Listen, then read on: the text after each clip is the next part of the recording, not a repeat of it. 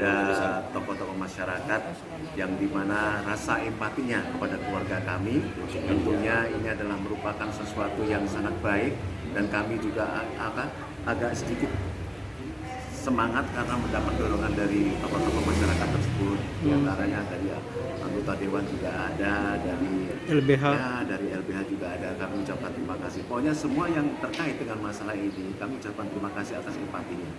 Itu saja. Semoga Allah akan membalas dari yang seperti ini. Yang terbaik mendapatkan pahala dari Allah SWT.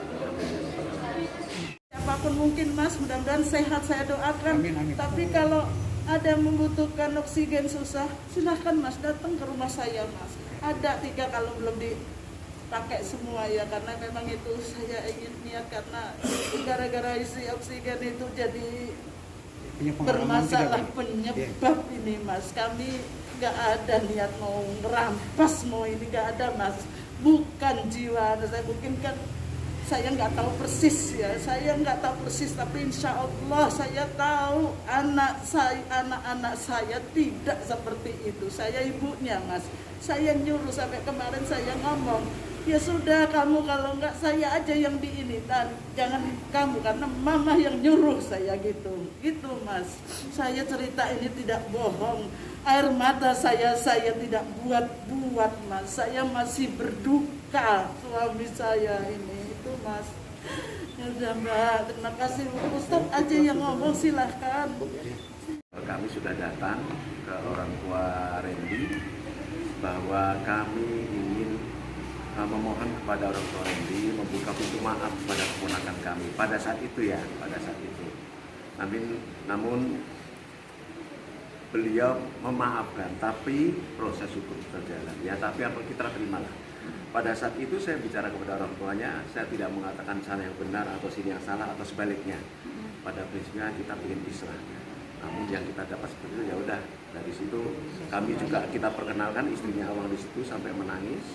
Kemudian ibunya Didit baru berduka juga pas Lebaran karena mungkin melihat problem anaknya, bapaknya meninggal di tahun ini di Lebaran Haji. Jadi ya itulah, ini merupakan ujian dan mudah-mudahan Allah akan mengakhiri dengan baik lah untuk dalam hal ini. Itu aja. Terima kasih atas empati kepada keluarga kami. Saya sebelumnya cerita, saya adalah ibu dari awal ibu anak. Jadi saya cerita dari awal ya, dari akhir bulan Juni itu suami saya almarhum dia mengalami agak demam pilek kayak seperti biasa, dikirain itu biasa. Setelah itu tanggal 1 agak, tanggal 2 agak demamnya agak tinggi. Kira-kira tanggal 3 mau dibawa ke rumah sakit tidak saya sebutkan ya, tapi penuh.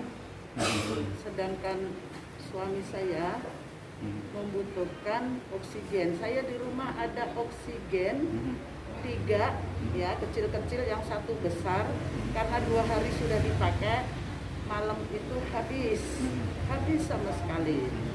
Nah, di rumah sakit penuh, di rumah ini kan harus ada oksigen. Saya kebetulan jauh dari anak saya, rumahnya agak jauh dari si Awan. Ya, saya telepon jam 2 malam tanggal 3 ya, tanggal jadi 4 dini hari ya, tanggal 4 ya. Wang, saya bilang gitu. Alhamdulillah dia 2 kali lah telepon baru diangkat karena memang lagi tidur. Saya bilang, tolong kamu cari isi oksigen, tukar beli di mana aja, tolong kamu keliling yang di 24 jam. Gitu. Oh iya Mas, saya ke sana gitu. Jaraknya kira-kira dari rumah Awang itu 15 kilo ya, 15 kilo gedung air ke rumah saya. Setelah itu dia datang bersama adiknya, Novan, yang kebetulan dia adalah anggota Pak Mas ya. datang, padahal saya tidak nyuruh anggota, karena tidak nyuruh anak saya yang Novan, karena rumahnya berdekatan. Mungkin si Awang kan minta ditemenin lah sama adiknya. Saya nggak tahu kalau dia bawa adiknya. Sebelumnya datang sampai rumah, saya udah telepon sopir saya yang namanya Didit. Dia tolong nanti temenin Mas Awang mau cari isi oksigen. Ini bapak di mana ini butuh oksigennya kosong, mau cari isinya. Namanya udah nafas ini ya. Saya maaf Mas ya, kalau saya cerita mengenai almarhum saya pasti sedih setelah ini.